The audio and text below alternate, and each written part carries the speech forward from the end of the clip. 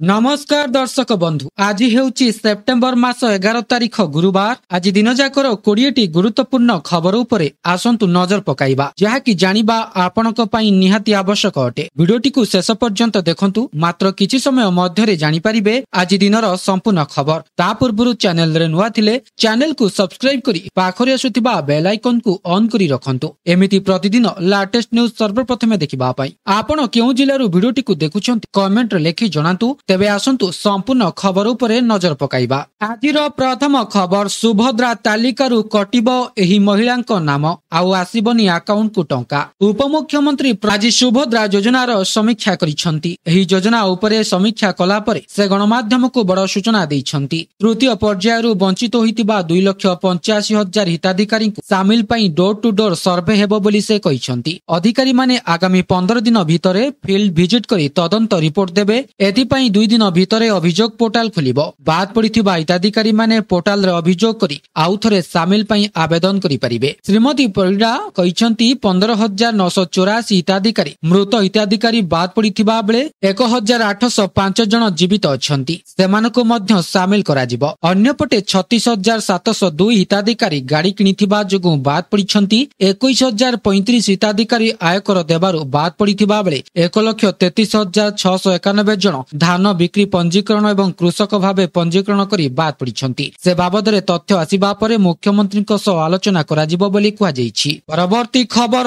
आज राज्य कैबिनेट आसीपारे 4 रु अधिक प्रस्ताव। राज्य कैबिनेट बैठक आज अनुष्ठित हेबो। लोकसभा भवन रे मुख्यमंत्री मोहन चरण माझी अध्यक्षतार संध्या 5:30 अनुष्ठित हेबाकु थिबा ई कैबिनेट रे केतक गुरुत्वपूर्ण निष्पत्ति निया जाई पारे। सूत्ररु मिलिथिबा तथ्य अनुसार राज्य विकास को दृष्टि रखी वाणिज्य परिवहन विभाग साधारण प्रशासन विभाग भली 4टी विभाग पक्षरु गुरुत्वपूर्ण प्रस्ताव को अनुमोदन दियाजिबाकु रहिछि। उल्लेखयोग्य राज्य सरकार 2036 सुधा ओडिसा रे विकास को शीर्ष रे पहुंचाइबा पई लक्ष्य रखिछंती। ताकु नै राज्य सरकार गत 14 मास मध्यरे 11टी नूतन योजना कार्यकारी करिछंती। जेउथिरे सुभद्रा ठारू आरंभ करी वार्धक्य भत्ता परिमाण 3,500 टंका जहाँकि 80 वर्षरु ऊर्ध्वकु वृद्धि करिबा भली लोकाभिमुखी योजना रहिछि। तबे बुधवार अनुष्ठित हेबाकु थिबा कैबिनेट बैठक रे राज्य सरकार केउ सब गुरुत्वपूर्ण प्रस्ताव को अनुमोदन देबे ताहा उपर रहिछि राज्यवासी नजर। परवर्ती खबर बिहार परी समग्र देश रे भोटर तालिका रे हेबो एसआईआर। एही मासरु आरंभ हेबो निर्वाचन कमिशन सूत्ररु जणा पड़िछि जे अक्टोबर मासरु देशव्यापी भोटर तालिकार स्वतंत्र भोटर आईडी संशोधन आरंभ हेबो। बुधवार समस्त राज्य और केंद्र शासित अंचलर मुख्य निर्वाचन अधिकारी बैठक एही प्रस्तुति आलोचना होई अनुमोदन पाइछि। बिहार रे विधानसभा निर्वाचन पूर्वरु संपन्न होइतबा भोटर तालिका संशोधन प्रक्रिया वर्तमान समग्र देश को संप्रसारण हेबो। अधिकारी माने सेप्टेम्बर सुधा प्राथमिक प्रस्तुति समाप्त करी अक्टोबर रे एसआईआर आरंभ करी बोली कमिशन को आश्वासन दैछंती। एही संशोधनर लक्ष्य हेउछि मृत स्थायी भावे स्थानांतरित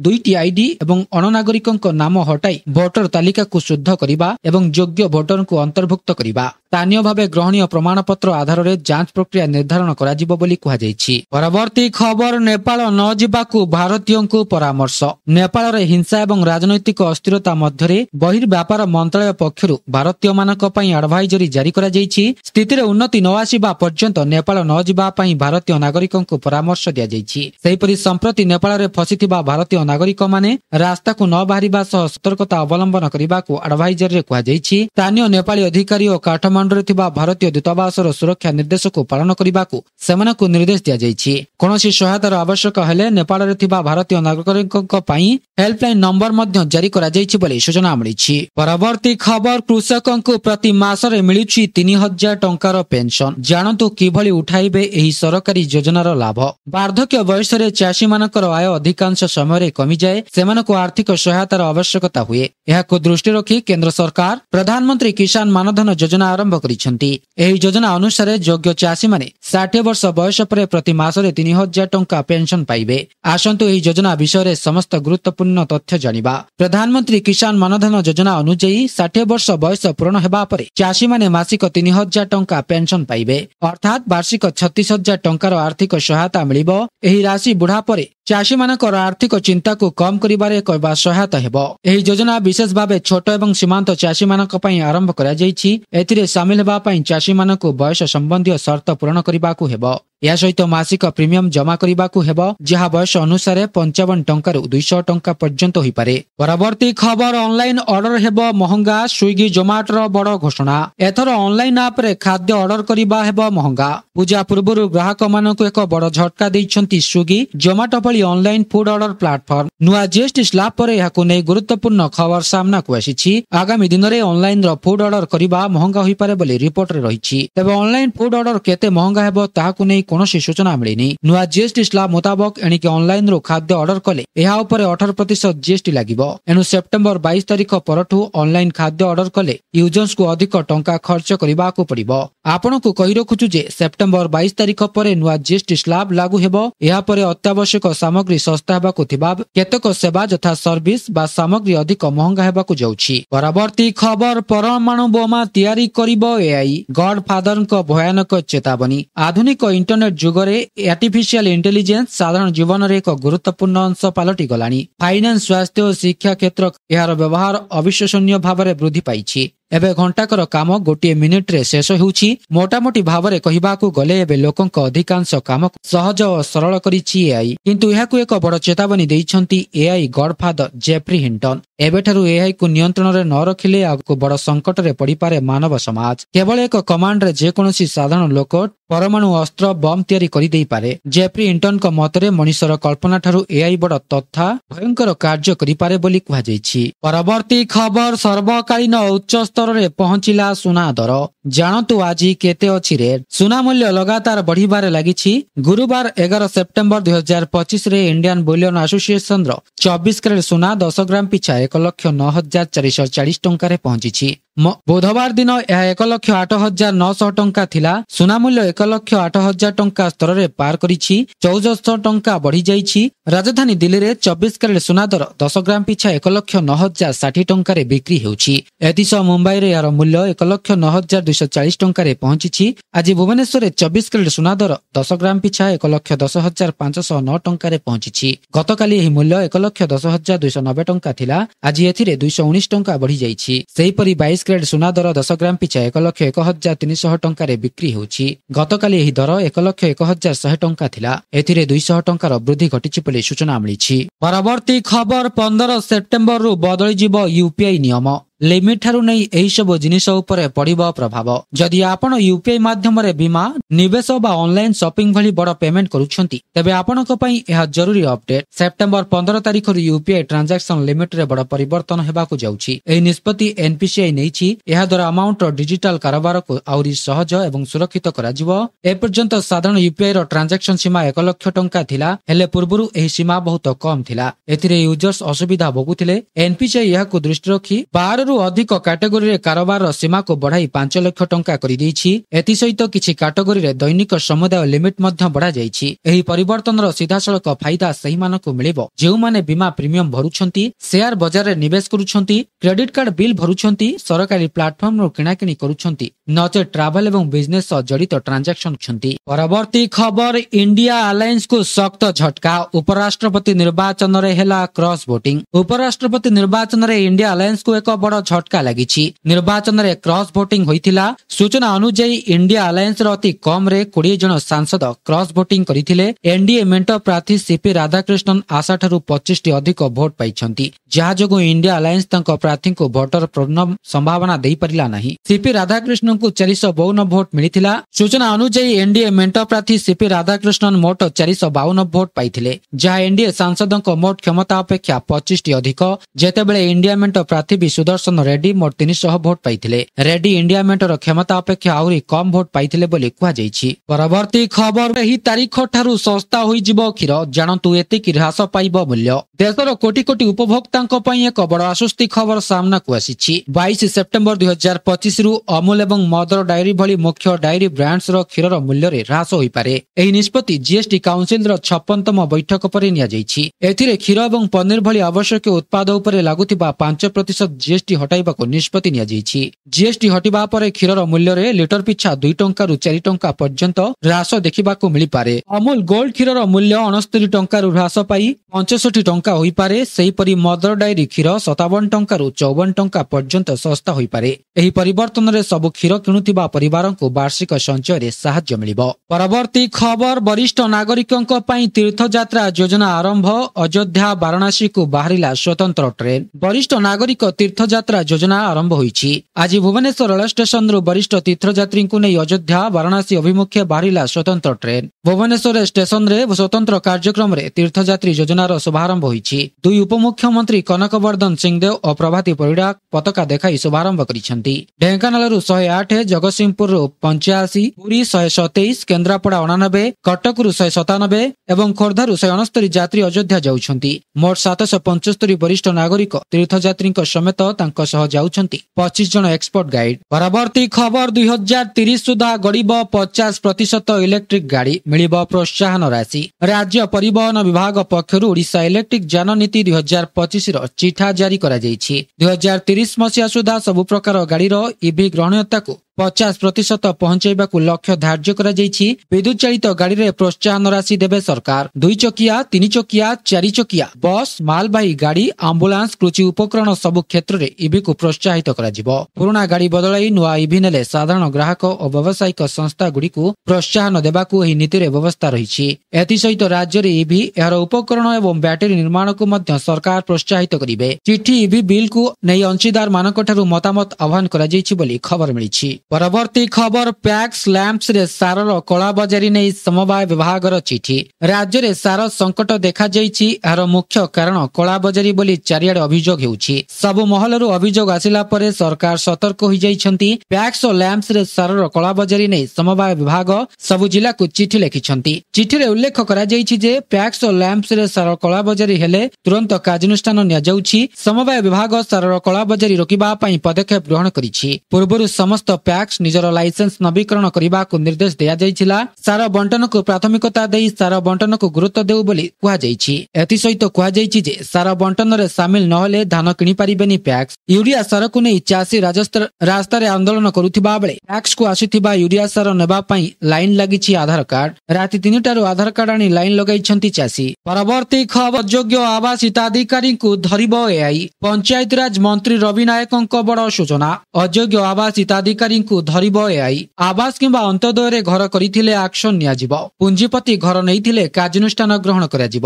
ଏନେଇ ସୂଚନା ଜାରି କଲେ ପଞ୍ଚାୟତିରାଜ ମନ୍ତ୍ରୀ ରବି ନାୟକ। ନଭେମ୍ବର ମାସରୁ ଆରମ୍ଭ ହେବ ପିଏମ୍ ଆବାସ ଯୋଜନା ବଣ୍ଟନ ପ୍ରକ୍ରିୟା। ପର୍ଯ୍ୟାୟକ୍ରମେ ଲୋକଙ୍କୁ ଦିଆଯିବ ଆବାସ ଘର।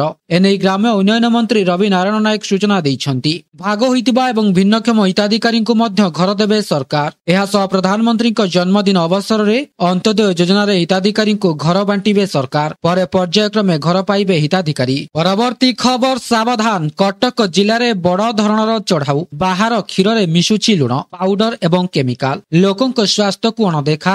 ଅନ୍ଧାର ରାତିରେ ଚାଲିଥିଲା କ୍ଷୀର ଅପମିଶ୍ରଣ। ମାଡ଼ି ବସିଲା ପୋଲିସ। ଗତକାଲି ବିଳମ୍ବିତ ରାତିରେ କଟକ ଗୁରୁଡି ଝାଟିଆ ଥାନା କୁସ୍ପଙ୍ଗି ନିକଟ ଏକ ହୋଟେଲ ପଛପଟେ କ୍ଷୀର ଅପମିଶ୍ରିତ ଚାଲିଥିବା ବେଳେ ମାଡ଼ି ବସିଥିଲା ପୋଲିସ। ଘଟଣାସ୍ଥଳରୁ କ୍ଷୀର ଟ୍ୟାଙ୍କର ଜବତ ହୋଇଛି। ଡ୍ରାଇଭର ସମେତ କ୍ଷୀର ଅପମିଶ୍ରିତ କରୁଥିବା ଦୁର୍ବୃତ୍ତମାନେ ଫେରାର ହୋଇଯାଇଛନ୍ତି। ଦୀର୍ଘଦିନ ଧରି ଏଭଳି ଅପମିଶ୍ରିତ ଚାଲିଥିବା ନେଇ ନଜର ରଖିଥିଲା ପୋଲିସ। ମେସିନ ଦ୍ୱାରା କ୍ଷୀର ଗାଡ଼ି ମଧ୍ୟରେ ପାଣି ଲୋଡ୍ କରି କ୍ଷୀରକୁ ବାହାର କରି ସେଥିରେ ଲୁଣ, ପାଉଡର ଓ ଏକ କେମିକାଲ ମିଶାଇ ବଜାରକୁ ଛଡ଼ା ଯାଉଥିଲା।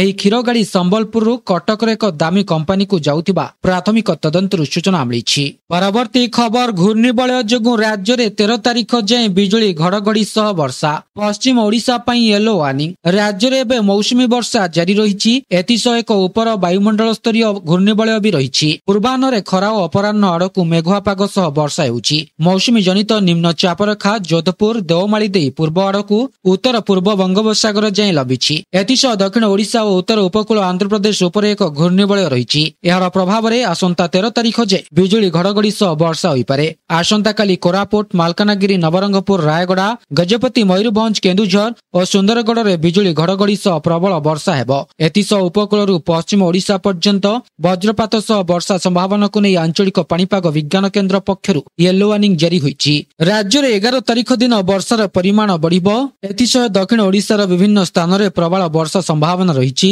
उपकूल और पश्चिम ओडिशा रे भी बिजुली घड़घड़ी सह वर्षा संभावना रही बोली सूचना मिली।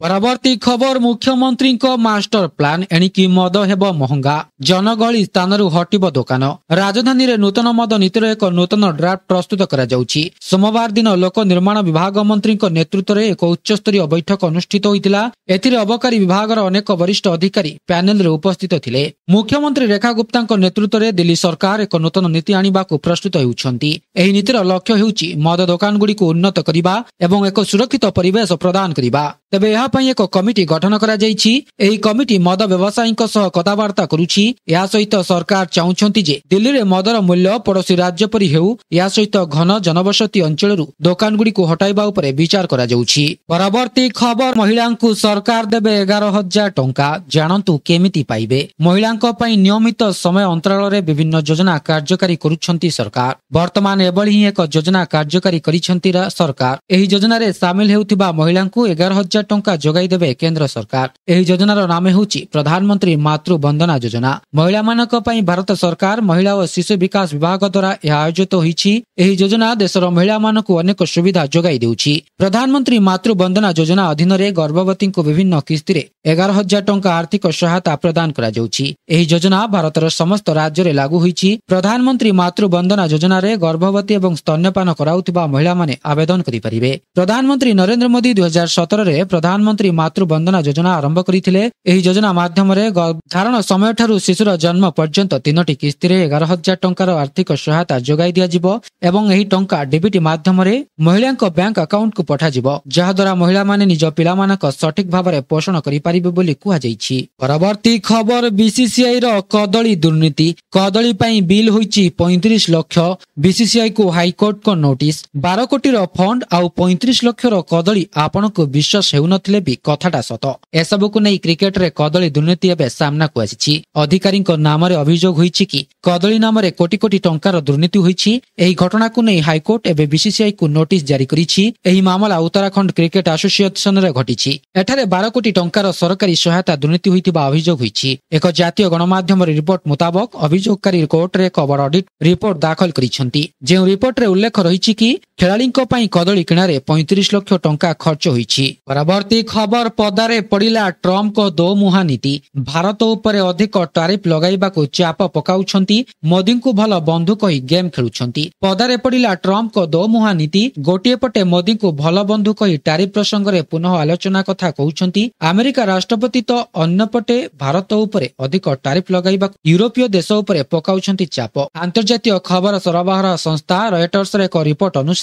अमेरिका राष्ट्रपति डोनाल्ड ट्रम्प यूरोपीय संघ को भारत उपरे 100% टैरिफ लगाइबाकू कहिंती। रूसिया ठारू तेल किणुथिबारु 100% टैरिफ लगाइबाकू यूरोपीय संघ को कहिसंती अमेरिका राष्ट्रपति। एपटे किंतु social media X ray post करी प्रधानमंत्री मोदी को पुणी थरे निज भल बंधु बोली कहिसंती ट्रम्प। केवल सेतिकि नुहे, अमेरिका भारत मध्यरे थिबा वाणिज्यिक संपर्क को नहीं खूब शीघ्र मोदी सह आलोचना करिबे बोली निज पोस्ट रे लेखिथिले अमेरिका राष्ट्रपति। परवर्ती खबर, हाई अलर्ट रे ऑफिसर। विधानसभा अधिवेशन रे प्रत्येक प्रश्नर ठीक उत्तर देबे सरकार। सेप्टेम्बर 18 रु सप्तदश विधानसभा चतुर्थ अधिवेशन आरंभ हेबो। विभागीय सचिव मानक पई निर्देशनामा जारी करा जायछि। निर्देशनामा जारी करिसंती मुख्य शासन सचिव। विधानसभा रे उत्थापन प्रसंगर समस्त उत्तर ठीक भाबे दिया जिवो। एनै व्यक्तिगत ध्यान देबाकू ऑफिसर को निर्देश दिया जायछि। विभागीय सचिव विदेश यात्रा रु निवृत्त रहिबाकू निर्देश रे कुहा जायछि। राज्य बाहर को गस्त यथा संभव सीमित करिबाकू कुहा जायछि। स्थिर करा जायथिबा गस्त कार्यक्रम घुंचाइबाकू निर्देशनामा रे दर्शा जायछि।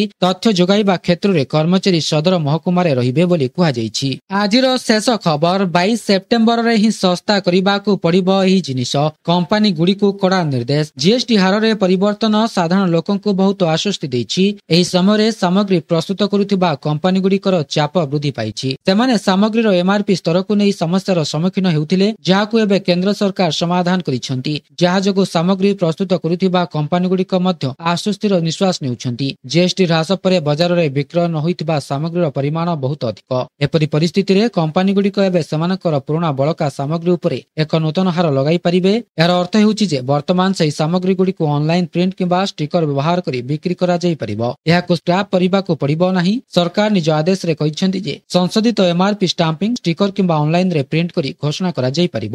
ଯଦି ମୂଲ୍ୟ ଏମଆରପି ମଧ୍ୟ ଲେଖାଯିବା ଉଚିତ ଏବଂ ଏଥିରେ ସଂଶୋଧିତ ମୂଲ୍ୟ ଲେଖାଯିବା ଉଚିତ ନୁହେଁ। ତେବେ ଆଜି ପାଇଁ ଥିଲା ଏହି ସବୁ ଗୁରୁତ୍ୱପୂର୍ଣ୍ଣ ଅପଡେଟ୍। ଭିଡିଓଟି ଭଲ ଲାଗିଥିଲେ ଭିଡିଓଟିକୁ ଲାଇକ୍ କରନ୍ତୁ, ସେୟାର କରନ୍ତୁ ଏବଂ ଚ୍ୟାନେଲଟିକୁ ସବସ୍କ୍ରାଇବ କରିବାକୁ ଭୁଲନ୍ତୁ ନାହିଁ।